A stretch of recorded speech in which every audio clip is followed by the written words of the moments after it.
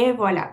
Alors, mon nom, c'est Ismir Hernandez. Je travaille avec Marlène dans le réseau d'expertise en innovation horticole et on organise ces webinaires pour vous parce que ce sont des sujets d'intérêt autour des nouvelles technologies.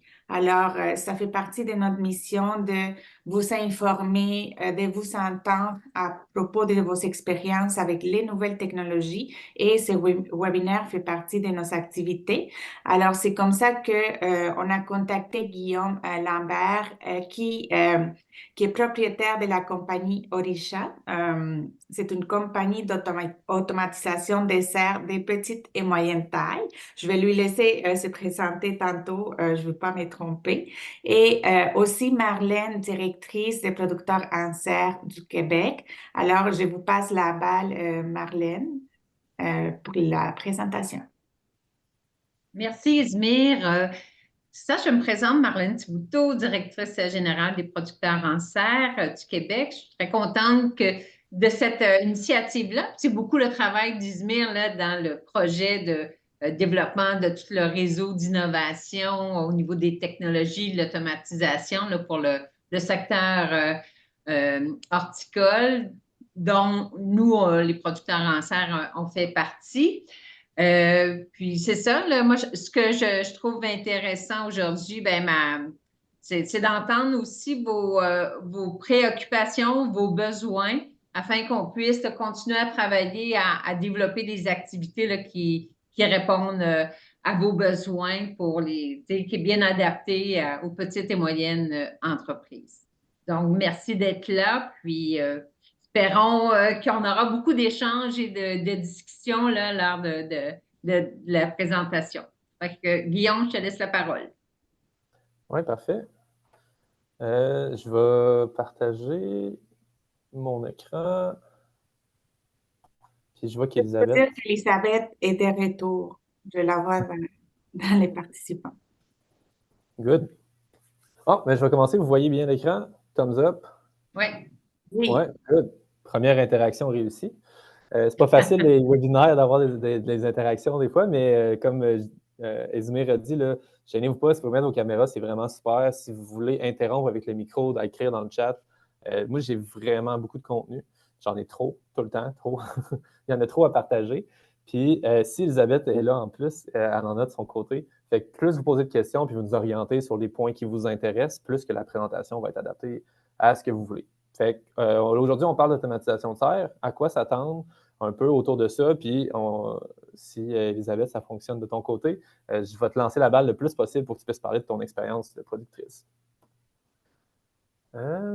J'ai deux écrans. Si vous me voyez regarder ailleurs, c'est probablement que c'est sur le deuxième écran. Donc, par où on commence? Moi, j'aime ça commencer de la base parce que souvent, les producteurs, quand on leur parle, c'est pas l'automatisation qui les intéresse, mais c'est d'amener leur ferme à un endroit qui est satisfaisant. C'est d'aller vers la ferme rêvée. Qu'est-ce qu'on voyait quand on a commencé notre ferme? Puis souvent, le feeling des gens qui en parlent, c'est que ça ressemble un peu plus à ça, comment ils perçoivent leur ferme. Une espèce de gros challenge qu'il faut toujours pousser plus fort, il faut toujours travailler plus fort. Puis on ne sait plus, des fois, comment faire pour sortir de ce mode-là qu'on est tout le temps débordé. Puis un des points qui revient souvent, c'est la productivité. Fait que comment tu fais pour changer la productivité sur ta ferme? Puis pourquoi c'est important? Puis la première chose, c'est que si j'ai des chiffres un peu plus loin, là, mais le niveau de productivité, souvent des petites fermes maraîchères, est assez bas. Puis c'est un défi de devoir augmenter ça. Puis c'est important parce que quand tu as une bonne productivité, ça te permet d'avoir des meilleurs salaires pour garder ton personnel. Ça te permet d'engager de l'aide quand tu sens que tu en as trop sur les épaules ou que tu as besoin d'aide spécifique, plus spécialisée. Puis quand tu veux faire des investissements pour t'améliorer, pour mieux fonctionner sur ta ferme, puis pour beaucoup de producteurs, s'acheter du temps puis une qualité de vie. Puis ça, c'est un cercle, mon belle image, cercle vertueux. Plus qu'on avance là-dedans, plus qu'on devient productif, plus qu'on peut investir, plus qu'on devient, plus qu'on commence à avoir la vision de qu'est-ce qu'on peut faire pour avoir un impact. Puis on bâtit, puis ça devient de plus en plus facile. C'est dur à starter, mais ça devient de plus en plus facile.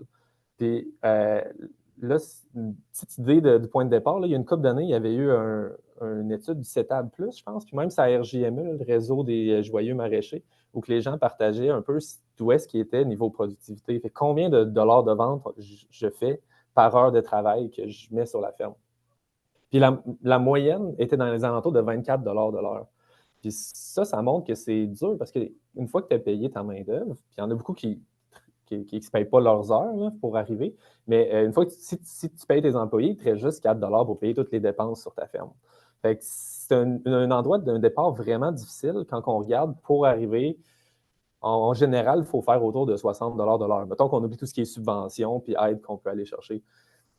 Fait que ça, c'est un peu le problème de départ auquel j'essaie mettons, la perspective sur laquelle on va regarder l'automatisation, puis comment est-ce qu'on peut avoir un impact là-dessus. Parce que souvent, encore une fois, sur les forums, on voit, OK, c'est beau d'être plus productif, mais qu'est-ce qu'il faut que je fasse? Puis ne pas avoir de solution, bien, à force de se faire dire, sois plus productif, puis qu'on ne dit pas comment, bien, c'est un peu frustrant. Là. Fait que comment est-ce qu'on peut sortir de ça? Puis aujourd'hui, avec l'automatisation, on va regarder comme 3 aspects, 3 impacts que vous pouvez aller chercher grâce à l'automatisation. Le premier, c'est de protéger sa tête, partir avec une base solide, de ne pas se sentir débordé, parce que quand on est débordé, on n'a pas la place pour le changement, on n'a pas la place pour prendre des bonnes décisions, puis on est juste brûlé, on a de la misère à passer au travers de la saison. Fait que comment commencer par aller chercher la qualité de vie qu'on peut avoir pour nous mettre dans une position qu'on a envie d'aller chercher le changement puis d'améliorer notre productivité, améliorer les conditions sur la ferme. Deuxième point, retrouver une dizaine d'heures par semaine. C'est un claim qui est atteignable pour tout le monde. Là. Si vous n'êtes pas automatisé et vous voulez automatiser, qu'est-ce que vous faites au niveau de la serre? De base, c'est à peu près 1 heure par jour. Si tu veux aller chercher plus de rendement, tu mets plus d'efforts, bien là, ça monte vite. Puis finalement, tripler le revenu de sa serre. Si vous n'êtes pas automatisé, encore une fois, puis vous ne contrôlez pas votre climat, il y a probablement moyen d'aller chercher ça. Donc, c'est les 3 comme gros impacts qu'on va parler. Puis, je vais pitcher la balle tantôt à Elisabeth pour ça. Puis, avant d'aller plus loin, je ne sais pas exactement qui est là. Je ne connais pas tout le monde. Puis, je voulais juste dire, la présentation, nous autres, à Richon, on travaille beaucoup avec des petites fermes maraîchères. Puis, des gens qui souvent, c'est diversifié, pas tout le temps. Mais on ne s'adresse pas à des savouras ou des gens qui ont quelqu'un à temps plein pour gérer le climat dans leur serre. Probablement qu'on n'est pas la bonne entreprise pour vous aider pour ça. Fait que vraiment des petites fermes maraîchères, souvent 1, 2, 3 serres, 200, 300 000 de revenus, 100 000 de revenus des fois. Fait que pour donner une idée de base qui s'adresse à la présentation, puis qui est ce qu'on veut parler. Fait que maintenant, c'est à votre tour. J'aimerais ça savoir, justement, pour pouvoir s'aligner sur qu'est-ce qui peut être intéressant pour vous, pourquoi vous êtes là, puis petit sondage pour mettre dans le chat. 1, j'ai des serres, je suis déjà automatisé. 2, j'ai des serres, mais je ne suis pas automatisé. 3, je n'ai pas encore de serres, mais ça m'intéresse. Vous êtes qui? Fait que juste rentrer 1, 2 ou 3 dans le chat. Là.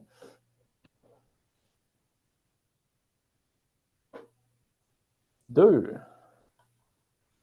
OK. 2 et 3, 2. Je cherche ma souris, voilà. Ce n'est pas moi qui est en train. OK, parfait. Ça me donne une idée un peu. Deuxième question. Qu'est-ce que vous venez chercher aujourd'hui? Qu'est-ce qui vous intéresse le plus dans les 5 points qu'il y a à l'écran? 1, améliorer la qualité de vie. 2, sauver du temps. 3, augmenter ses rendements. 4, avoir du plaisir dans le métier de producteur puis continuer à l'avoir dans le temps. 5 autres, vous pouvez l'écrire aussi. Je fais participer. 2 pour Benoît, sauver du temps. 3, 2, 3, augmenter les rendements, le temps. OK, parfait. Je pense qu'on va couvrir un peu ça. Guylaine, si tu veux préciser autre, qu'est-ce qui t'intéresse, n'hésite pas. Ça va nous aider. Puis pendant ce temps-là, dernière question. Sur quoi vous voulez apprendre aujourd'hui? Les bénéfices de l'automatisation. Si vous n'êtes pas automatisé, peut-être ça peut en être un. Quand choisir Orisha? Mettons comment on se compare par rapport à d'autres. Contrôle climatique, un peu plus là-dessus. Par où commencer si je veux m'automatiser? Puis ça a l'air gros, ça a l'air intimidant comme projet. où est-ce que je commence? Sinon, question plus précise qu'on peut préciser dans le chat encore. Évaluer la pertinence. Comment choisir? Ouais. Comme- Pardon, Ismaël? Oui. Non, non, je suis en train de lire aussi les réponses OK. des participants. OK. 1, 2, 3, 3, 3, 3, 5. OK, ben, j'ai de la misère à suivre le chat, mais ça me donne une idée un peu de qui est là. Puis je pense qu'on a du stock pour couvrir un peu pour tout le monde. Elisabeth, de ton bord, je vois que ça dit Is connecting to audio, ça se passe bien? Hop, ça bouge, en tout cas. Ça marche, Elisabeth, jump in. En attendant, je vais juste me présenter un peu. Là. Moi, d'où que je viens, quand j'étais à l'université, j'étudiais en génie logiciel. Je faisais plein d'affaires dans ce temps-là. Je faisais de la highline. Fait que marcher sur une funambuliste, il y en a qui disent, comme sur l'image. Je me promenais un peu partout dans le monde. Je faisais de la randonnée. Là-dessus, on ne voit pas bien gros, mais j'étais en béquille. J'ai fait de l'escalade. J'ai fait bien des affaires. Puis à un moment donné, il est arrivé une idée un peu bizarre, une idée un peu intense, qui est le truc le plus extrême que j'ai fait à la date. Puis je ne savais pas dans quoi je m'embarquais à l'époque. Puis ça, c'était de partir une entreprise qui est devenue Orisha. Puis vous le savez probablement si vous êtes ici, vous avez sûrement parti d'entreprise de votre côté aussi. C'est du sport. Puis on ne sait pas où est-ce qu'on se on ne sait pas à quoi s'attendre. Fait que c'est un peu là-dedans, comme ça que j'ai commencé. Moi, je ne connaissais rien à l'agriculture initialement, puis j'ai tout appris en parlant des producteurs, en parlant des conseillers, Climax Conseil, qui aident en serre à produire pour les maraîchers. Ils ont donné beaucoup d'informations. Fait que c'est un peu de là que je suis parti. Puis ça, c'était à nos débuts, quand on a commencé dans notre première serre de test. On travaillait, on avait fait un petit modèle, une petite serre miniature, puis là, on passait dans une serre de test qui était en production. Puis ça, c'est une des affaires un peu folles qu'on faisait. Là, on se mettait des cadrans pendant la nuit. Aux 3 heures, on se levait puis on regardait est-ce que tout se passe bien avec la serre sur laquelle on a le contrôle parce qu'on ne voulait pas avoir d'impact. Puis il était à 1h30 de char de chez nous. Fait que quand il arrivait quelque chose qu'on ne savait plus trop, il fallait qu'on se lève au milieu de la nuit puis qu'on aille s'assurer que tout était beau. Fait que, on est parti de loin. Puis ça a commencé quand mon partenaire, Pierre-Alexandre, il travaillait dans des serres, puis il voulait automatiser ses serres. Puis il regardait les options qu'il y avait sur le marché, puis il se disait, ben maudit, il n'y en a pas de bonnes qui répondent à mon besoin. En tant que petit producteur, les options qui sont là ne me plaisent pas. Fait qu'on est arrivé, puis on s'est dit, OK, on va partir de quoi qui va répondre aux besoins des petits producteurs. Puis on voulait que ce système-là soit le plus performant, le plus simple, celui avec l'entreprise qui offre le meilleur service, avec des équipements parfaitement fiables qui ne brisent jamais, puis tout ça en étant le moins cher possible. C'est de là qu'on est parti, on était naïfs, mais on avait des bonnes intentions. Fait qu'on a travaillé là-dessus pas mal dans la serre, puis on s'est rendu compte à quel point c'est compliqué de gérer le climat dans une serre. Puis ça avait tellement pas de bon sens que chaque producteur doit passer par ce processus-là parce qu'il y a tellement de connaissances à avoir. Tu sais, moi, je suis un geek. J'ai étudié en ingénierie, j'aime ça, ces affaires-là. Puis c'était compliqué pour moi. Puis moi, j'avais juste ça à faire. Versus les producteurs, il y a tellement de choses à faire sur la ferme. Fait qu'on on s'est dit, ça n'a pas de bon sens comment que les choses sont faites. Il faut qu'on trouve une manière de faire plus simple. Mais le problème, c'est qu'il y a une complexité un peu inévitable là-dedans. Tu sais, malgré toutes nos bonnes intentions, c'est sûr qu'il y a des problèmes qui reviennent, c'est sûr qu'il y a des situations qui sont différentes d'un point de vue d'une ferme à l'autre. Comment est-ce qu'on gère tout ça? Puis c'est en parlant avec le monde, c'est en installant des systèmes que de plus en plus, on en est venu à raffiner notre vision des choses, de comme qu'est-ce qu'on voulait faire. Puis qu'on a maturé, qu'on s'est rendu compte qu'on ne pouvait pas tout faire. Fait qu'on a raffiné au point de se dire la place où on peut avoir le plus gros impact, c'est au niveau de la simplicité. Comment garder ça le plus simple possible pour les producteurs? Puis, Orisha, c'est le cœur de ça. Là. Comme, il y a une couple de mois, il y avait un colloque sur les différents systèmes un panel sur les différents systèmes d'automatisation. Puis, tout le monde en parle un peu, puis je trouvais ça dur de voir. Mettons, je me mettais en peau d'un producteur, puis je trouvais ça dur de voir pourquoi choisir une option plus que l'autre. Puis, ils ont tous des points positifs, des points négatifs. Puis nous autres, moi, je voulais rendre ça clair pour commencer la présentation. On vise l'option la plus simple. C'est là qui va amener le plus de simplicité dans la vie des producteurs. Puis, on a décidé de sacrifier le prix pour y arriver parce qu'on pense qu'au final, vous allez avoir un meilleur payback, un meilleur retour sur investissement si vous n'avez pas plein de temps à investir là-dedans, puis si vous pouvez aller chercher les résultats simplement. Fait c'est un peu l'histoire rapide de où est-ce que je suis parti, puis de comment où est-ce qu'il est rendu Orisha. Fait que maintenant, Elisabeth, es-tu capable de muter ton micro? Faut que tu le mute dans Zoom. Il doit y avoir un petit bouton avec un micro dessus.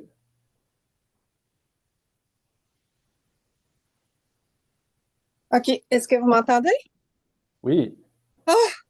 Oui. Good. OK.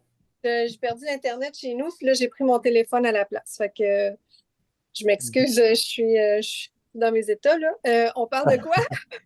Ben, c'est correct, je t'ai rendu au point de C'est te quoi ta question? présenter. Fait que, Ah, me présenter. ouais, ben, dans le fond, Elisabeth, tout le monde, technicienne en Internet depuis la dernière 15 minutes. Ouais. Elisabeth a aussi une ferme maraîchère. Je vais te laisser te présenter. Mais OK. je voulais juste dire je suis content de t'avoir avec nous autres aujourd'hui. Merci d'avoir accepté parce que tu es une de nos meilleures clientes, autant pour ta présence avec nous autres, les commentaires que tu as donnés dans le passé. Puis ce que je veux mentionner pour commencer, c'est la qualité de tes serres. Toutes les fois que je rentre dans tes serres, je suis impressionné des résultats. Fait que j'espère que les autres vont pouvoir apprendre de qu'est-ce que tu fais parce que sérieux, c'est ma deuxième image, tes concombres les plus beaux que j'ai vus dans toutes les serres. Fait que là, je te lance la balle pour vrai. Elisabeth, tu peux te présenter puis en même temps dire Oui. pourquoi tu es parti de ta ferme. C'est parti d'où? Ouais, OK. Ben, pourquoi j'ai parti ma ferme? Parce que j'adore cultiver. Je me suis vraiment trouvé une passion. Moi, je viens de ma grand-mère, ma mère, ils ont toujours fait des jardins. Puis donc, moi, j'ai toujours pataugé un peu là-dedans, mais jamais dans la serre. Fait que là, quand je suis arrivée ici à Saint-Ézéard, ben, j'ai voulu commencer à cultiver. Puis à chaque année, moi, j'ai une maladie, c'est mes jardins sont jamais assez grands. Fait que là, à chaque année, ça grandit, ça grandit. Puis à un moment donné, on s'est dit, ben là, on va en vendre. Mais là, faire des tomates dehors, c'est une catastrophe. On a commencé par se construire un petit tunnel. Puis ça, ben, effectivement, évidemment, il n'était pas automatisé. Puis là, le petit tunnel n'était pas encore assez gros. Là, on a construit vraiment une. Ben là, tu disais des serres, là, Guillaume, mais moi, j'ai une serre, puis c'est Pardon. suffisant pour la clientèle qu'on a, puis la grosseur de ferme qu'on veut garder. Là. C'est pas une grosse ferme. Fait que ma serre, elle a 32 pieds par 110 pieds. Avec, tu sais, on l'a bien monté, on a isolé les côtés, là, jusque 3 pieds dans le sol, puis 3 pieds sortie du sol. Puis, tu sais, on est vraiment. Mon chum, il fait pas les affaires à moitié là, quand il construit quelque chose. Fait qu'elle est vraiment belle et puis efficace au niveau là, de l'isolation, tout ça. Puis, ben, c'est ça. Là,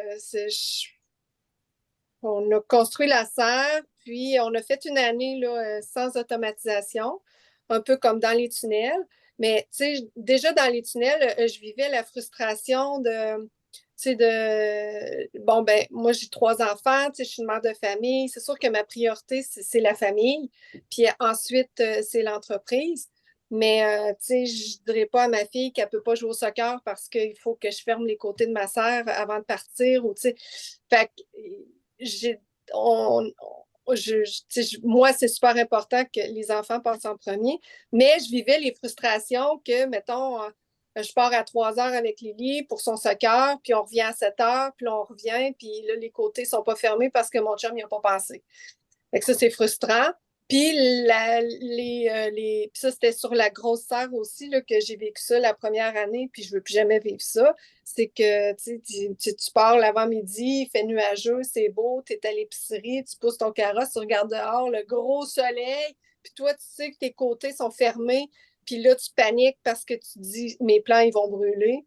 Tu sais, c'est beaucoup de. C'est d'avoir le sentiment là, de toujours avoir besoin d'être partout à la fois, les enfants, les livres, l'épicerie, la maison, la serre. C'est à un moment donné, c'est trop.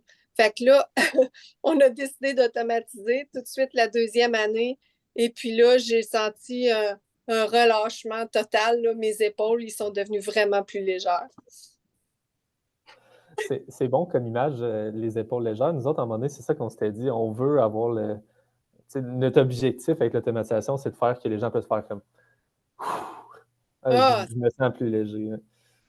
OK, ouais. c'est bon que tu aies la même image. Puis peut-être, à moins que je l'ai manqué, là, ta mise en marché, ça ressemble à quoi, rapidement? Là?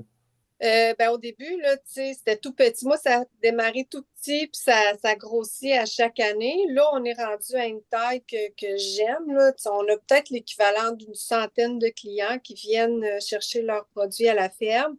Puis, on fournit des restaurants là, à Québec, puis une petite épicerie fine aussi là, à Québec. Tu sais, c'est important. Moi, ça a toujours été important que mes produits soient beaux, soient de qualité. Moi, je suis certifiée bio, là, tu sais, fait que c'est important que mes produits soient sains, sans pesticides, tout ça, mais c'est important aussi qu'ils soient beaux puis que je sois fière des produits que je mets sur mon étalage. Puis moi, personnellement, l'automatisation de la serre, ça me permet d'avoir des produits, euh, des produits de meilleure qualité, là, ça, c'est certain. Ouais. Tu as vu la différence Ben oui, parce par que rapport à la première année? Là, ouais. Parce que tu sais, l'automatisation, tu sais, dans le gros de l'été, en juillet, mettons, ben, tu sais, ça, c'est pas, c'est pas le moment où est-ce que c'est le plus critique, dans le sens que, tu sais, les côtés ouvrants, souvent, ils restent ouverts toute la nuit. Le lendemain, il fait beau, tu sais, tout est ouvert, le fan-jet fonctionne, tu sais, ça, c'est...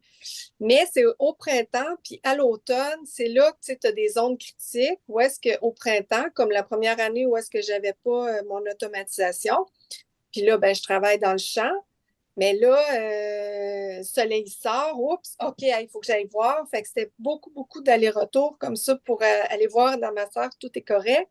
Puis le printemps, ben, il y a un facteur qui est quand même très important, c'est que l'air est sec.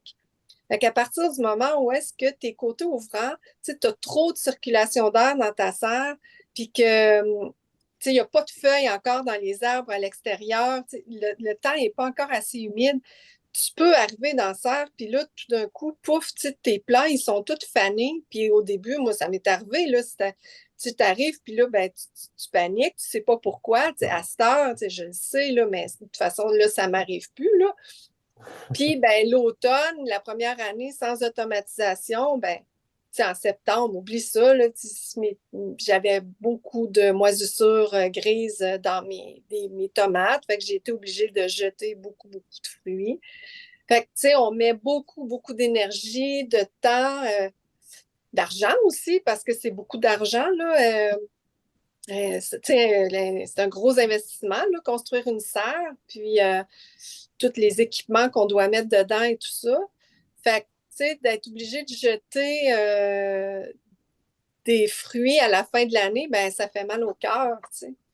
Fait que, puis, ben, les fruits, ils sont moins beaux, puis aussi, on a moins de rendement quand c'est pas géré au poil, qu'on pourrait dire, là, comme l'agronome veut que tu gères ta serre, là. C'est sûr que tes rendements sont moins bons. Puis, moi, je me dis, on travaille tellement fort, sur une ferme, ben, c'est important de pouvoir rentabiliser notre travail. Si on travaille pour rien, ça ne sert à rien. Moi, j'ai pensé à ça ce matin. Je me disais, sans automatisation, premièrement, je ne le ferais plus, là. Je ne cultiverais pas dans ma serre sans automatisation, entre autres des tomates, des concombres. Mais c'est comme sans automatisation, avec comme automatisation, c'est comme dire j'ai pas de vie. C'est d'avoir une vie normale, entre guillemets, pour un producteur à pas de vie. Tout ce que tu fais, c'est que tu penses toujours, toujours à ta serre. Parce qu'il faut que tu ouvres tes côtés, il faut que tu ailles irriguer, c'est pas une vie, ça. Donc, c'est ça. Je suis très Alright. vendue. C'est bon. Puis, tu parlais ça fait mal au cœur de jeter des fruits à la fin de la saison. Il y a une fois, au début, on faisait des tests avec la déshumidification, puis on a demandé à un producteur de nous laisser vider sa serre à la fin de la saison, puis on pouvoir faire nos tests. Puis quand il a fallu sortir les plants, puis il y a toutes ces tomates-là, je me sentais tellement mal de les jeter parce qu'ils n'étaient pas mûrs. Ouais. Fait que je comprends le feeling. Je m'avais mis une petite photo que j'ai prise sur ton Facebook. Est-ce que tu veux nous parler de ta situation actuelle? Ouais, ben, il y a 3 semaines, j'ai glissé sur une plaque de glace en me rendant au salon funéraire à Sainte-Marie, puis je suis cassé la cheville droite. Fait que j'ai pour 6 semaines à être en béquille. C'est vraiment pas pratique. Moi, mes plants de tomates, je les ai démarrés le 30 janvier. Donc, j'ai pas le choix, là, tu sais. Quand ça m'est arrivé, il était trop tard pour jeter ces plants-là puis en repartir des nouveaux pour pouvoir débuter plus tard, là, dans ma saison. Fait que, ben, je fais avec ça, mais, tu sais, là, j'ai gardé mes plants, je les démarre dans la maison, mes plants, moi, là, au sous-sol, puis je les greffe au sous-sol. Mais là, en certification bio, à partir du moment où est-ce qu'on les repique dans des pots plus gros, ben là, il faut les mettre à la lumière naturelle. Donc, c'est ça qu'on a fait là. Je vous le dis, là, gardez ça pour vous autres. Là, mais on a étiré un peu la sauce cette année parce que je les ai gardés un peu plus longtemps dans la maison là, parce que c'était très compliqué. Mais en fin de semaine dernière, on les a emmenés dans la serre. Puis là, la serre est chauffée, est ventilée, le fan jet fonctionne. Tu sais, ben, comme là, justement, le soleil est sorti. Moi, je sais que mes plants sont dans la serre. Je ne suis pas inquiète. Tu sais, je sais que le fan jet est parti. Le, je sais que mes plans, ils sont corrects grâce à l'automatisation. Mais si je ne l'avais pas, l'automatisation, j'aurais juste pas de plan cette année. Là, je pense que j'aurais pris une année sabbatique ou je ne sais pas quoi, là, où on aurait juste cultivé à l'extérieur. Mais tu sais, je ne me serais pas donné cette pression-là de devoir faire ma production quand même, malgré ma situation. Parce qu'il faut dire que moi, tu sais, mon conjoint, il m'aide là, un peu, mais tu sais, il a son travail à lui, là, fait que tu sais, c'est moi qui m'organise avec ça. Puis j'ai une employée qui vient un peu, mais tu sais, je peux pas la faire venir 1 heure là, tu sais, pour venir s'occuper de mes plants 1 heure par jour. Donc, le fait que ce soit automatisé, là, ça sauve ma production cette année carrément. Ça fait vraiment un bon pitch, c'est parfait. Ouais, mais c'est parce que moi, tu sais, Guillaume, je suis capable de bien vendre mes produits que je cultive, mes légumes, tout ça, mais tu sais, c'est parce que quand je suis convaincue de quelque chose, pour moi, c'est facile d'en parler. C'est parfait, c'est parfait. Moi, j'espère que ça aide les autres. Pour moi, en tout cas, ça flatte mon ego de savoir que je t'aide, c'est parfait. Oui, vraiment. Fait que le plan, il est déjà émis. Le plan du contenu qu'on avait, là, il y avait l'impact de qu'est-ce qu'on peut avoir avec l'automatisation. À quoi ressemble la bête? Parce que ça peut être intimidant. Fait que automatiser sa sœur, ça peut ressembler à quoi? Puis par où commencer? C'était les points que j'avais, mais comme on a Elisabeth avec nous autres aujourd'hui, puis qui n'est pas là d'habitude, puis le reste du contenu du point 2 et 3, vous pouvez nous appeler chez Orisha puis avoir de l'information. Je vous suggère de se concentrer sur le premier, puis au pire, on défilera le reste, puis profitez du temps pour poser vos questions à Elisabeth parce qu'elle n'est pas tout le temps disponible. Puis je pense que c'est elle qui a la réalité la plus proche de vous autres, fait que c'est le plus intéressant. Fait que, on commence avec l'impact. Protéger sa tête, t'en as parlé déjà pas mal. Là. Moi, j'avais des petites images drôles que je trouvais que je voulais partager. La première, ben, en fait, celle que j'avais, c'est on a demandé à 100 maraîchers ce qu'ils font de leur temps libre. 95% n'ont pas compris la question, puis 5 n'avaient pas le temps de répondre. Puis souvent, les gens relate ou se sentent compris par cette image-là, à quel point on est débordé pendant la saison, puis on n'a pas le temps de le faire. Fait que, comment est-ce qu'on peut sortir de là? Un des points au niveau de l'automatisation que la plupart des gens mentionnent, qui apprécient beaucoup, ou que même c'est leur point favori, c'est le fait de pouvoir voir ce qui se passe dans ta serre de n'importe où. Ça rassure énormément. Puis c'est un des points qu'on entend le plus. Puis à la limite, ça peut juste être un système, un capteur dans la serre, tu n'as même pas rien automatisé, puis tu peux aller chercher ça. C'est un easy win à aller chercher. Puis la deuxième affaire, c'est les alertes que ça permet de donner. Puis, Elisabeth, je ne sais pas si tu as eu des cas où que les alertes ont sauvé tes cultures. Oui, souvent. Oui. On a un client qui a installé ça, je pense, vendredi passé, puis mardi, il nous disait Hey, votre système m'a alerté quand ma fournaise a arrêté de fonctionner, puis ça a sauvé son début de saison. Fait un point que si vous avez une serre et vous n'avez pas moyen d'être alerté, c'est facile à aller chercher. Il y a des systèmes pas chers. Nous autres, on a une offre aussi pour ça. Fait recommande de checker ça. Puis le deuxième point qu'Elisabeth t'a mentionné tantôt, que j'entends beaucoup de monde dire, c'est à quel point la serre, c'est une job 24/7. C'est comme avoir un enfant, qu'il y en a d'autres qui disent. C'est comme avoir un bébé qui grandit jamais, qu'il faut toujours s'occuper. Puis c'est dur parce que vous travaillez avec du vivant, tu sais. Il faut juste que tu le manques une fois, puis tu passes à côté. Fait que, un des points que l'automatisation, je trouvais ça que c'était bien imagé là, de l'année, c'est de faire passer la job de gérer sa serre d'un 24/7 à juste un 9 à 5. Puis même des fois, juste une journée par semaine. Toi, Elisabeth, je sais que tu mets beaucoup de temps dans tes serres. Comment que tu le vis, ça? Pour toi, ça ressemble à quoi? Moi, c'est sûr que mes clients, ils veulent des carottes. Fait que j'ai pas le choix de cultiver dans les champs. Ils veulent d'autres choses aussi, là, mais des carottes. Mais moi, là, si c'était juste de moi, je cultiverais juste en serre parce que j'aime tellement ça. Fait que si tu viens à ma ferme, il y a bien, bien des chances que tu me retrouves dans ma serre. Fait que toi, Guillaume, tu te dis, quand tu viens chez nous, c'est beau, c'est propre, la serre, tout ça. C'est parce que c'est vraiment mon bébé, la serre, là. Mais c'est du 9 à 5, là. Tu sais, c'est pas, ou peut-être, mettons, du 7 à 4, ou... Puis même des fois, j'y retourne le soir juste parce que j'aime ça, là, mais tu sais, je pourrais juste arrêter à 4 heures, puis c'est fini. Je sais que mon automatisation, elle s'occupe, tu sais, de tout, puis j'ai pas besoin de me soucier de ça. Puis, Mais s'il y oui. avait une chose que je voulais dire, c'est que le temps qu'on sauve avec l'automatisation à tous ces allers-retours, ouvrir, fermer les roll-up, irriguer, ou, tout le temps qu'on sauve à ne pas être obligé de faire ça finalement, ben moi je le vois, tout le temps que je mets dans ma serre, ben c'est pour gérer mes cultures, j'effeuille beaucoup. Moi, Sébastien de chez Climax, je fais affaire avec Climax, puis ça, c'est un must aussi, là. Mais, il vient, puis il est toujours content de ce qu'il voit parce que c'est clean, c'est propre, puis le travail est fait au bon moment.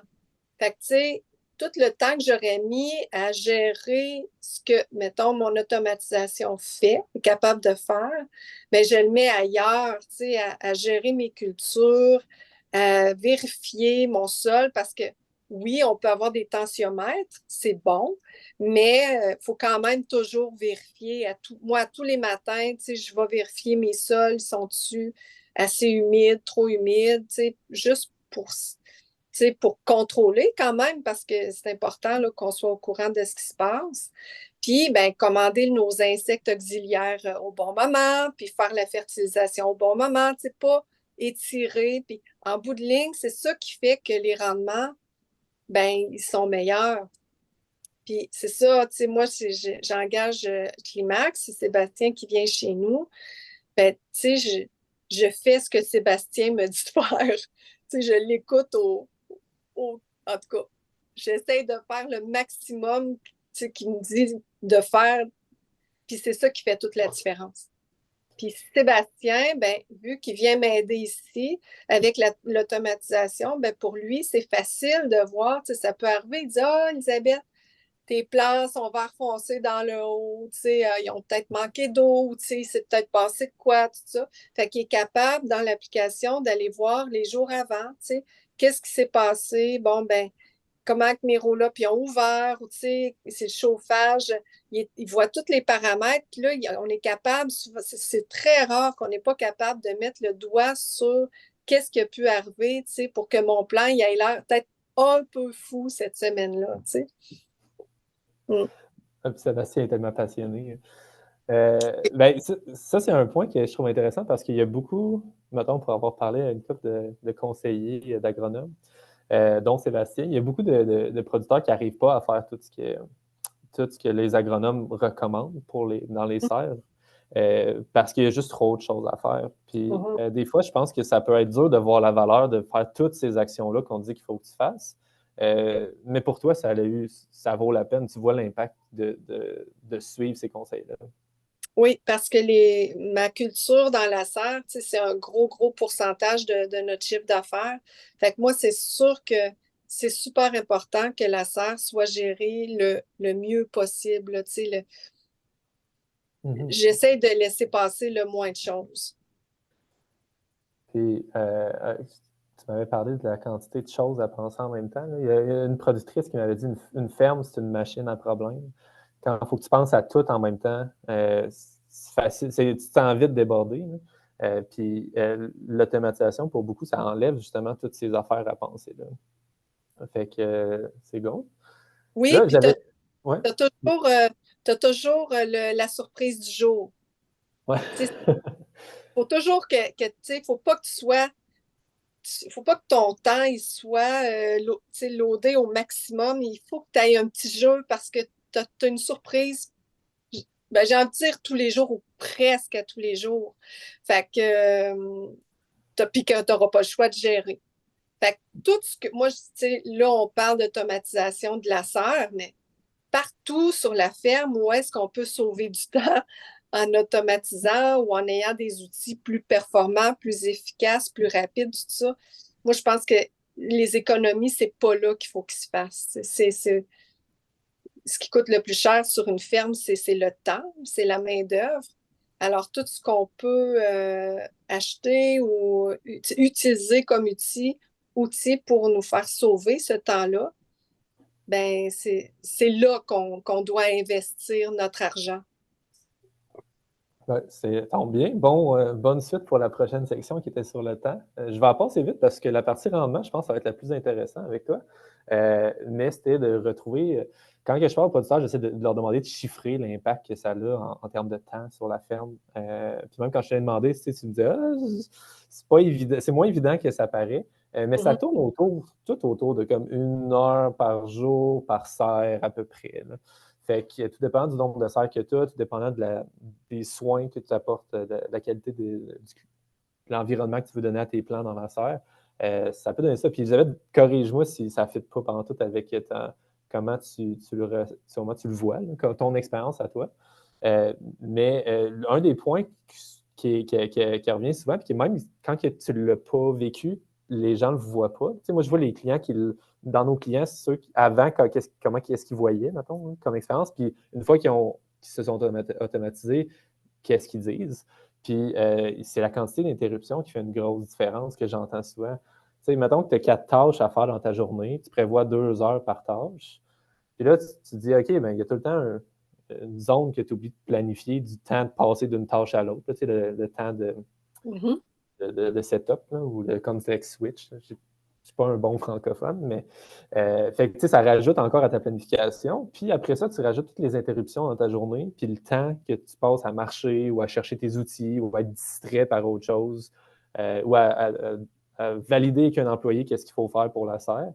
Fait que, ce soit d'aller gérer les roll-ups parce que le nuage s'est tassé dans le soleil, de partir une valve d'irrigation 4 fois par jour, ou n'importe quoi, à la fin de la journée, tout le temps qui est mangé par ces interruptions-là que tu pourrais éviter, ça peut être la différence entre travailler 7 jours semaine puis travailler 5 jours semaine, puis respecter la planification que tu t'es faite en début de saison versus tout le temps être en retard puis avoir le feeling de te rattraper. Ouais. Fait que, je sais pas si tu travailles combien d'heures par semaine, tu dis? Je pense que tu disais autour d'un temps plein normal, là, 40 heures. Bon, on peut aller à 50 là, quand même, là, mais l'été, je veux dire, l'été dans le gros de la saison, là. Mais à chaque année, on soutient de plus en plus différentes choses là, pour nous aider. Comme l'année passée, on a acheté, par exemple, une laveuse à légumes racines. Bon, ben, ça nous fait tellement sauver du temps. Là. Je veux dire, elle a été payée en quelques jours, cette machine-là. C'est un exemple, là, mais c'est ça.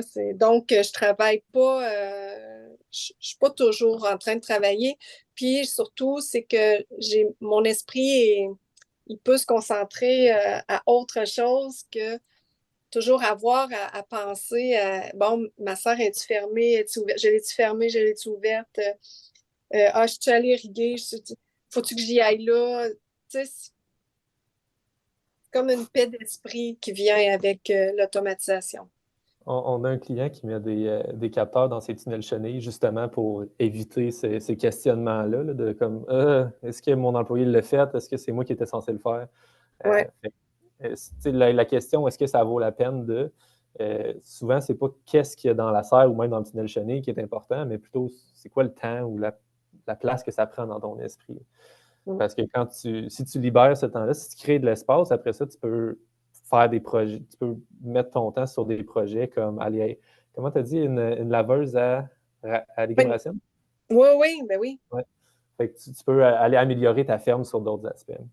Ouais. Puis, bon, j'avais plein de questions que j'avais prévues pour toi, là, mais au final, le temps que tu sauves, toi, il y a beaucoup de ce temps-là que tu réinvestis dans la serre, dans les pratiques, dans les opérations culturelles pour suivre les conseils de Sébastien, ton agronome, le plus possible. Oui, oui, mais aussi beaucoup à l'extérieur aussi. Tu sais, je suis Mhm. pas toujours à penser à ma sœur. Puis, ben là, je peux partir avec mes employés puis aller travailler à l'extérieur avec eux.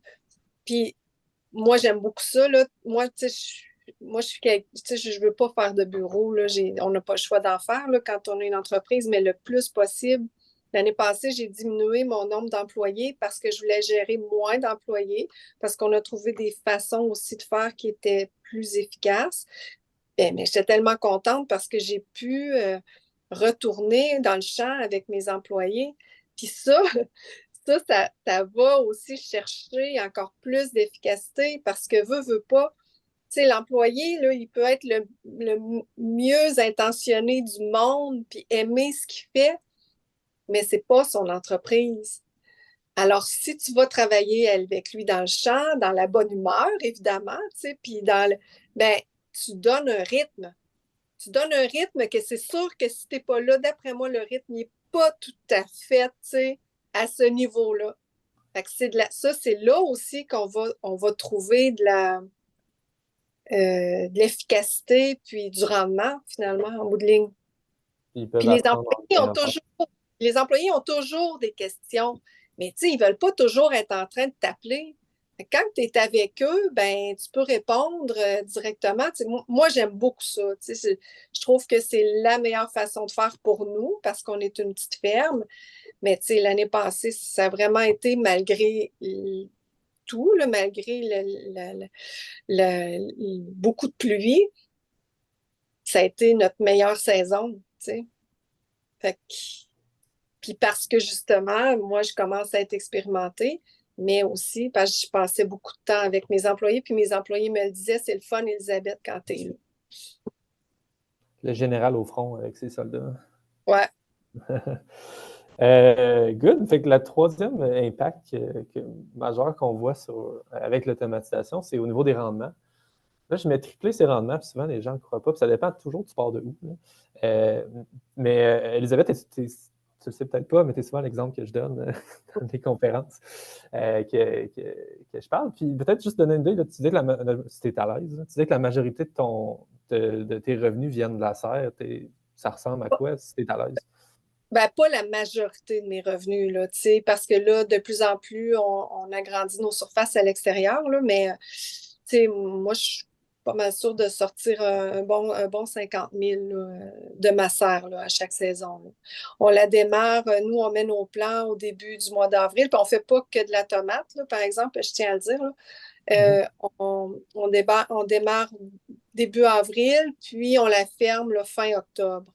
Mes dernières tomates, là, moi, je les récolte pas mûres avec la petite croix là, dans le en dessous, là, où est-ce que je la laisse mûrir en chambre fraîche.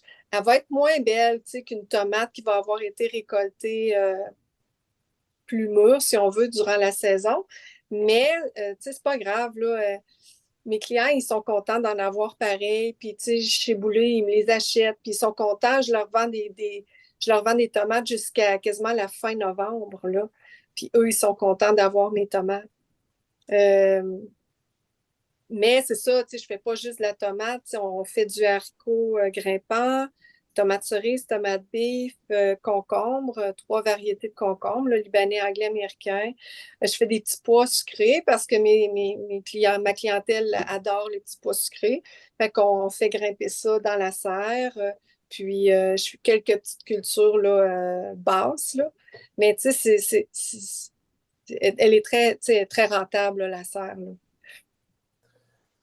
L'image que je donne souvent pour montrer que c'est possible d'aller chercher des rendements, là, puis de valoriser ses serres, payer ses infrastructures, etc. Puis au Québec, c'est un peu différent parce que justement à cause des Climax que tu as mentionné tantôt, qui conseillent beaucoup de producteurs. Oh, je pense qu'on l'a perdu. Peut-être un manque de sa part, mais en tout cas, parler aux autres. Les rendements de tomates qu'on voit là, en moyenne, j'ai trouvé la moyenne aux États-Unis pour 1 mètre carré de serre. Fait qu'un mètre carré de plancher de serre. Là. La moyenne, c'est 10 kilos de tomates que les producteurs sortent aux États-Unis. Fait que c'est vraiment pas beaucoup versus les serres industrielles, là, ce qu'on trouve à Leamington ou les Savoura de ce monde, qui peuvent sortir vraiment plus que ça. Puis si je ne me trompe pas, ça, c'est encore sur 3 mois. C'est 3 saisons, pardon. Fait que là, mettons que Elisabeth n'est pas là, mais mettons que je parle de ces chiffres, ces rendements de tomates à elle, ben, c'est dans les plus hauts que j'ai vus auprès des petits producteurs, mais reste qu'il y a un potentiel. Salut Marlène. Bonne fin de journée. Le potentiel pour ceux qui ne sont pas automatisés, souvent qui ne chauffent pas non plus, il y a quand même un gros. J'ai perdu mes slides. Il y a une grosse opportunité en travaillant correctement dans tes serres, tu es capable de rentabiliser ton 50 000 qui est investi dans ta serre, tu peux le rentabiliser pas mal plus vite. Puis un des impacts de ça, c'est qu'au Québec, on voit que les producteurs ont en général 1, 2, 3 serres. Puis quand on sort du Québec, là où il y a moins de subventions, qu'il n'y a pas de Climax, ils n'ont pas de conseillers pour les aider, ben les gens ont 4, 5, 6, 7, 8 serres. Fait que ils ont pratiquement 2 à, je sais pas, je n'ai pas compté exactement, là, en 2 et 4 fois plus de serres en dehors du Québec pour arriver à produire la même chose. Fait que l'impact est d'investir dans son rendement, de prendre le temps de travailler dans ses serres, puis de se donner les outils pour y arriver est bonne. Puis je ne dis pas que l'automatisation fait la différence entre le 10 et le 40. Puis Elisabeth, tu m'en as parlé aussi quand on s'est parlé avant-hier. C'est aussi les conseils, de prendre les bonnes pratiques, d'avoir le bon climat dans sa serre. C'est beau d'avoir le système qui te permet d'avoir le climat que tu veux, mais trouver c'est quoi le bon climat, c'est une autre question qui est assez complexe. C'est avoir la bonne densité dans sa serre, prévenir les maladies, prévenir les pestes. Puis, Elisabeth, je ne sais pas si tu veux nous en parler. Là, tu me disais, pour avoir des bons rendements, il faut de l'automatisation, mais il faut aussi avoir le bon pilote pour gérer ça. T'es muté, Elisabeth. OK, excusez, c'est parce que j'ai eu un appel. Tout va bien aujourd'hui. Mais ben moi, en fait, quelqu'un qui se partirait une serre, là, s'il voulait avoir des conseils, moi, c'est sûr que je dirais, puis ça, c'est quelque chose que j'aurais aimé savoir, moi, avant d'avoir une serre, là. C'est si tu veux cultiver une serre, avoir du plaisir à cultiver ta serre, puis à garder ça dans le temps, ce plaisir-là, puis d'en avoir un revenu. Oui, c'est sûr, tu as besoin de t'automatiser, là, ça c'est clair. Là, moi, je ne reviendrai pas en arrière. Tu me dirais, cette année, tu ne peux pas automatiser. Je dirais, bon, ben laisse faire, on ne fait pas de tomates, je vais les acheter. Après ça, avoir un service conseil, absolument. Parce que lui, ton conseiller qui va venir, je veux dire, c'est lui. Moi, là, tu me dis que je suis bien bonne, tout ça, Guillaume, mais moi, je fais ce que Sébastien me dit de faire, là. C'est juste parce que je l'écoute. Puis j'apprends, là, année après année, là, mais la première année qu'il venait, là, il partait, là, ça durait 2 heures et demie, notre rencontre, là. Il partait, j'allais me coucher, là, j'étais brûlée, là, là, ça va, parce que, j'ai appris beaucoup de choses, ça, mais, lui, Sébastien, vient chez nous, là, il pense comme une plante, lui, il est un plant de tomate, il sait tout comment le plant de tomate, il se sent, moi, je suis pas rendue là encore, puis il regarde mes paramètres, puis il m'aide tout à configurer ça, parce que je ne veux pas, moi, je ne touche pas à mon orisha, là, je fais presque rien, sauf, mettons, aux 3 semaines, quand Sébastien vient, ben là, on gère mes températures, mon irrigation. C'est très rare que pendant ces 3 semaines-là, d'intervalle entre les 2 visites, que je touche à quelque chose. Fait que, souvent, là, je vais faire ça avec Sébastien. Fait que, si je n'avais pas Sébastien, je pense que mon rendement, tu pourrais le diminuer quasiment de moitié, là. C'est tellement précieux, là, les conseils qu'il y a. Puis pour avoir des bons rendements comme ça aussi, ben, le conseil que je dirais, c'est de ne pas économiser sur le chauffage. Mhm. Parce que le chauffage te permet de partir en début de saison, de partir des beaux plants, c'est comme la base, mais après, c'est de gérer ton humidité. Si tu es capable de bien gérer ton humidité, ben, tu te sauves bien des problèmes de Puis, maladies. Tu sais, juste là-dessus, peut-être juste nous parler un peu des équipements que tu as dans ta serre, là, que tu utilises, que tu as automatisé, dans le fond, pour arriver à contrôler ton climat, puis l'irrigation, ben, puis tout ça. ouais, c'est ça. Ben, nous, on a un système de chauffage. Notre système de chauffage est à biomasse. On a avec des copeaux de bois qui chauffent le glycol qui vient jusqu'à la serre. Puis là, il y a un échangeur, puis l'air chauffé est distribué dans la serre avec des ballons. Ensuite, des ballons qu'on met dans le milieu de nos plants de tomates. Ça, c'est bien, bien important parce que pas dans les allées, vraiment dans les milieux, quand les plants sont rendus assez gros là, pour pouvoir les mettre sans briser les plants. Ensuite, on a les côtés ouvrants. On n'a pas de toit ouvrant. Puis nous, quand on a acheté la serre au début, on se questionnait, est-ce qu'on devrait acheter ça, tout ça? Puis finalement, il y a un bon producteur qui m'avait dit, ben, c'est peut-être cher pour rien. Tu n'es peut-être pas obligé d'avoir ça. Fait que nous, on a les côtés ouvrants qui ouvrent vraiment au maximum. Là. Ça, c'est quand même important. Il faut dire, par exemple, que nous, tu sais, on est en Beauce, on est sur la côte. Fait que c'est sûr qu'on n'est pas en Montérégie où est-ce qu'il peut faire 40 Moi, j'ai des 40 degrés dans la serre, j'ai jamais vu ça chez nous. Là. Ça va être un 34, 35 maximum dans les grosses canicules. Mais c'est ça. Fait que, tu sais, c'est peut-être un peu différent. Puis ils vendent beaucoup aussi chez nous, donc il se fait quand même un bel échange. Puis on a le fan jet, on a le système d'irrigation. Y a-t-il d'autres choses? Je pense que c'était pas mal ça. Oui. Sinon, si tu as plus de questions, n'hésite pas. Mais juste un point, moi, par rapport au côté ouvrant versus le toit ouvrant, là, pour préciser, il y en a des producteurs pas si loin de toi qui a juste les côtés ouvrants si la température monte. Je te dis pas que c'est catastrophique, mais eux OK? autres, le toit aide. Puis un avantage que tu as, c'est que je pense que vous avez jacké la serre pour la mettre plus haute. Oui, c'est vrai. Fait que, je pense que ça a un bon impact. Là, ça vous donne un super grand une ouverture de côté ouvrant. Oui, t'as raison. Fait que je voulais juste préciser ça. On va arriver pas mal là, au bout de l'heure. Là. On avait beaucoup de choses. Si vous avez des questions, allez-y. Puis moi, je vais essayer de closer pendant ce temps-là pour vous laisser le temps d'écrire. Pour ce qui est de Guylaine, tantôt, tu avais écrit que si c'est compliqué à mettre en place, on n'aura peut-être pas le temps de couvrir ça là. Mais comme je disais, tu peux nous appeler, puis on est là pour aider, autant pour savoir quel équipement que tu as besoin, que qu'est-ce que ça ressemble l'installation. Même tu peux m'écrire, là, dans la dernière slide, il va y avoir mon email, tu peux m'écrire, puis je peux te partager le contenu là, qu'il y avait, puis te donner une idée, parce que quand tu n'as pas personne pour t'aider là-dedans, c'est intimidant, puis il y a plusieurs producteurs qui nous l'ont dit, fait qu'on essaie d'être le plus d'addons possible, comme tu dis.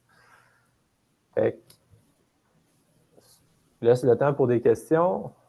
Passer mes slides vite. Là. Le lanceur, l'élément limitant, c'est la lumière. Fait qu'il faut trouver comment être le plus productif à amener ça, à convertir la lumière qu'on reçoit en tomate. Puis les points, j'étais allé simple, là, les premiers points à adresser si vous n'êtes pas automatisé ou si vous l'êtes et que vous ne savez pas sur quoi se concentrer. Là. Les extrêmes de température, c'est là qu'on perd on peut perdre les plantes, mais on peut aussi des fois juste perdre des rendements, là, comme avoir des fleurs de tomates qui avortent. Donc on perd une récolte. Les maladies, l'humidité trop élevée trop longtemps, la condensation, impossible à gérer si tu n'es pas automatisé. Si tu donnes trop d'eau à tes plantes, tantôt Elisabeth, tu parlais de tensiomètre, il y a peu de personnes qui ont utilisé les tensiomètres plus d'1 an, mais ce que ça nous a permis de se rendre compte, c'est que souvent, on irrigue trop. Fait que, peut-être, si vous n'êtes pas sûr, Marie, je pense qu'elle est déjà partie, si vous n'êtes pas sûr si vous irriguez trop ou pas assez, probablement vous avez tendance à trop irriguer, vous autres aussi. Fait d'y aller vers le côté conservateur, de donner moins d'eau. C'est pour ceux qui ont des étangs limités, ça va vous aider aussi. Mais la deuxième partie, que j'appelle les ralentisseurs de croissance, ou que Elisabeth, tu me diras si toi, tu as des affaires là-dedans que tu as utilisées, là. Mais les chocs thermiques, quand il se met à faire froid, puis que les côtés ouvrants sont ouverts, l'air froid qui rentre, qui frappe les tomates, ça met, moi j'appelle ça met la tomate en mode de protection, puis elle arrête de croître pendant ce temps-là, elle stoppe la photosynthèse pour se protéger contre le froid. Quand c'est trop sec, c'est la même chose. Pour ne pas flétrer puis mourir, ben elle va arrêter sa photosynthèse pour conserver son eau. Pour aller dans trop de détails. Puis, encore une fois, le mode protection, manque d'eau. Quand l'air est trop sec, quand le manque d'eau dans le sol, quand le sol est trop sec, c'est la même chose. Puis l'autre, c'est le déséquilibre de la plante. Là, ma question pour toi, Elisabeth, c'est en pratique, pour toi, ça ressemble à quoi de gérer tout ça pour avoir les rendements que tu réussis à avoir?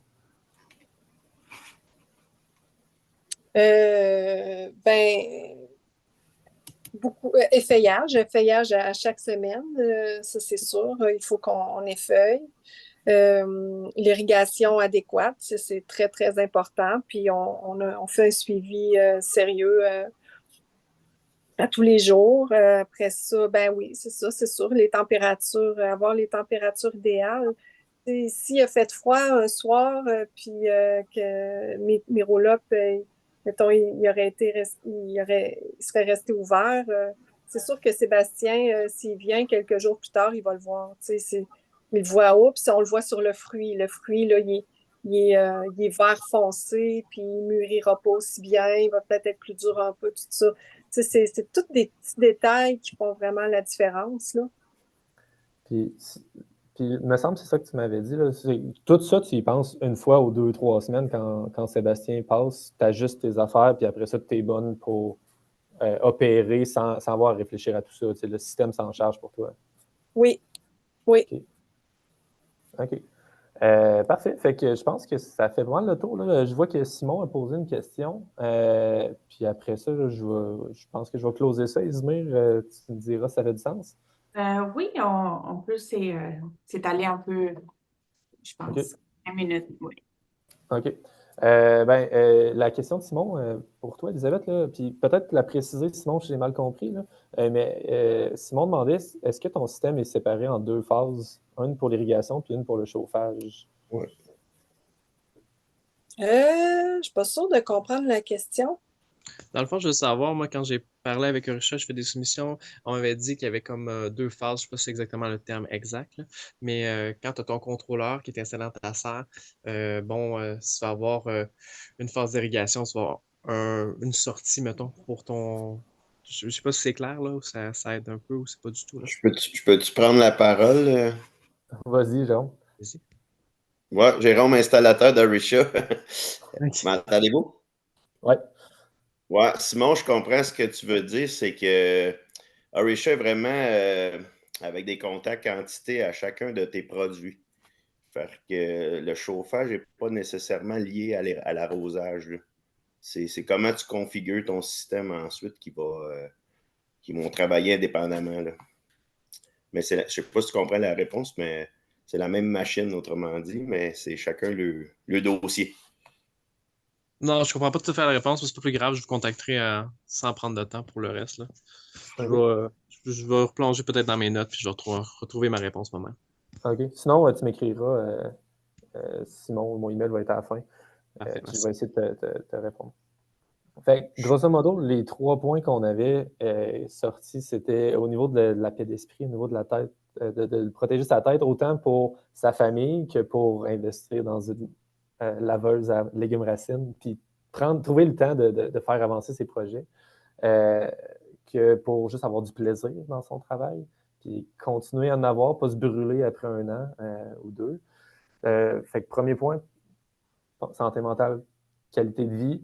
Deuxième, retrouver du temps, parce qu'on manque toujours de temps sur une ferme. Puis surtout votre temps, si vous êtes le propriétaire de la ferme, vous êtes probablement la personne la plus efficace sur votre ferme. Fait que le temps que vous mettez à faire des tâches répétitives qui n'amènent pas plus de valeur, c'est du temps perdu que vous pourriez mettre ailleurs.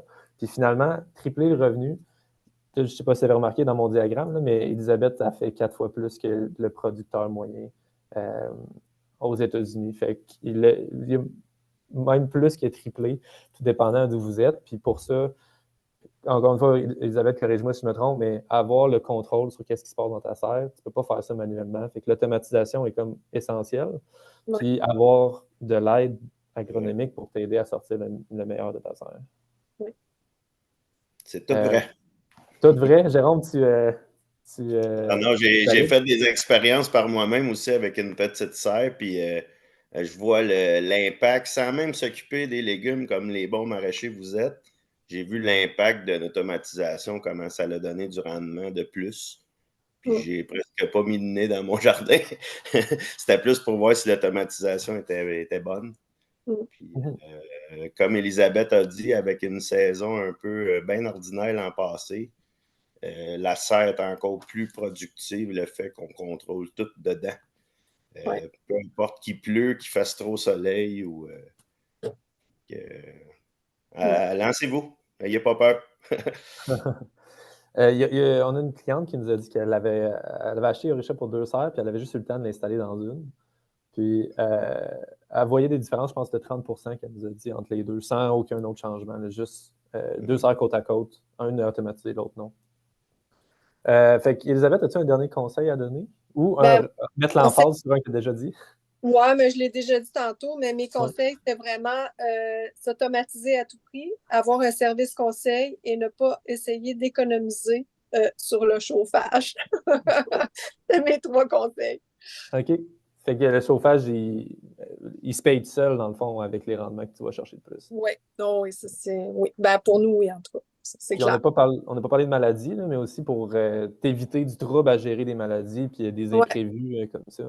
Oui, parce que quand tu as des maladies et qu'il faut que tu traites, ben, c'est encore du temps. Oui. Puis du stress, j'imagine? Oui. Ouais. Good. Fait il y a encore plein des affaires qu'on peut dire là-dessus.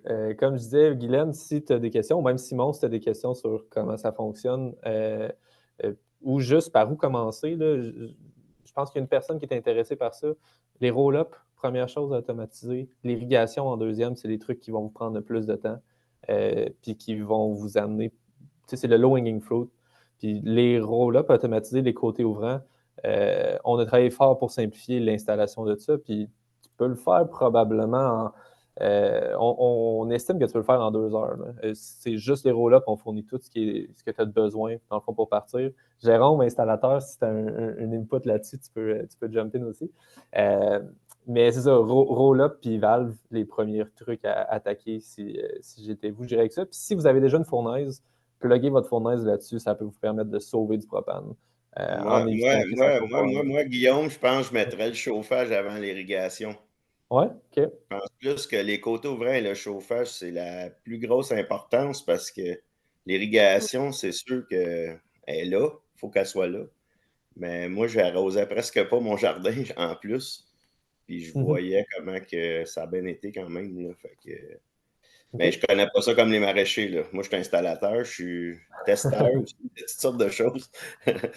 Moi, tu sais, quand on a construit la serre, on s'est questionné à savoir au début si on allait mettre le chauffage dedans ou pas, tu sais, par rapport à notre clientèle. Puis, mais tu sais, notre marché puis tout, mais tu sais, il faut que tu chauffes ta serre si tu veux que ça vaille la peine. Là, c'est un must, là, selon moi. Là.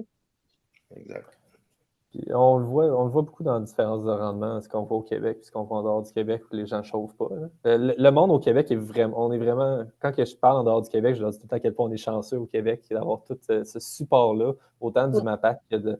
Là, je suis pas têteux parce que Mourad est là. Oh, il est parti de toute façon. Mais le MAPAC offre beaucoup de subventions.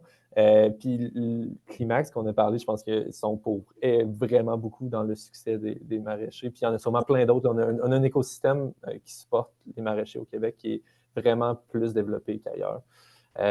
Elisabeth, Simon, une question pour toi, si tu veux y aller, Simon. Oui, je voyais dans tes photos, tu avais des haricots, gingembre, tomates et concombres. Comment tu fais pour avoir une gestion climatique si tu as 2, 3 cultures qui sont en même temps dans ta seule serre? On gère en fonction de la tomate beef. C'est toujours en fonction de la tomate. La plus rentable. Oui. Puis le reste suit, ça va, là. Ça va bien. OK. Merci.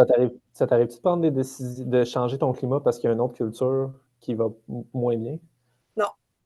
Non, qui est vraiment toujours la tomate, on ne se casse pas le basic. Ouais. Okay. Cool.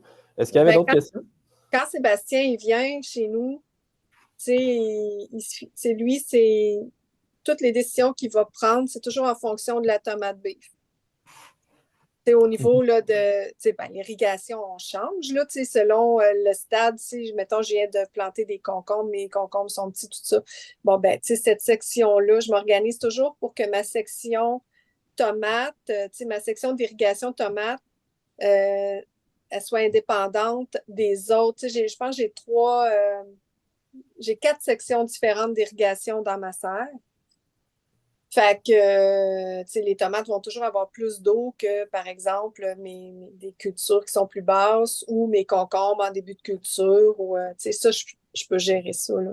Mais Sébastien, quand il vient, surtout pour gérer le climat, c'est toujours en fonction de la tomate baie. OK, super.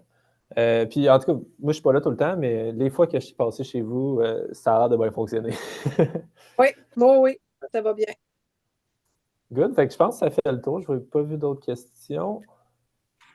4 valves, 4 sections d'irrigation. Oui, je peux confirmer. J'ai réparé ton système, je pense, l'année passée. Je ne sais plus qu'est-ce qu'il y avait. Il y a une valve cassée, je pense. Oui, c'est ça. Ouais. Fait que bon, ça fait le tour. Merci d'avoir été là. Comme je disais, il y a bien du contenu à dire que sur le produit ressemble à quoi, l'installation ressemble à quoi, puis si ça vous intéresse, mon adresse est à l'écran, écrivez-moi, puis je peux vous envoyer. Je vous enverrai le PowerPoint, mais il est fait pour parler beaucoup. Fait que envoyez-moi vos questions ou des interrogations ou juste j'ai besoin d'aide, par où je commence, puis je vais pouvoir vous aider avec ça. Fait que, merci Elisabeth pour ton temps et ta générosité dans l'information. Puis, Izmir, je pense que je te relance. Je te laisse finir. Merci beaucoup. En fait, j'allais te demander comment est-ce qu'on pouvait te contacter. Fait qu'on a déjà tes contacts. Et de la même façon, pour tous les participants à ces webinaires, si vous avez des questions par rapport aux nouvelles technologies, n'hésitez pas à me contacter. Et Elisabeth, merci beaucoup parce que c'est très important de avoir toujours l'avis puis les expériences vécues d'autres producteurs pour vraiment accélérer l'adoption des technologies dans notre secteur. Alors, merci pour ton temps et j'espère de te voir plus souvent. Même chose pour Guillaume. Alors, je vous laisse dans les chats les liens pour s'inscrire à notre infolette. Comme ça, vous restez à l'affût de nos webinaires puis d'autres événements qu'on organise. Alors, merci beaucoup et bon après-midi à tout le monde. Merci. Merci. Merci, Jérôme, d'avoir participé. Merci à vous tous. Bye. Bye, merci. Bye.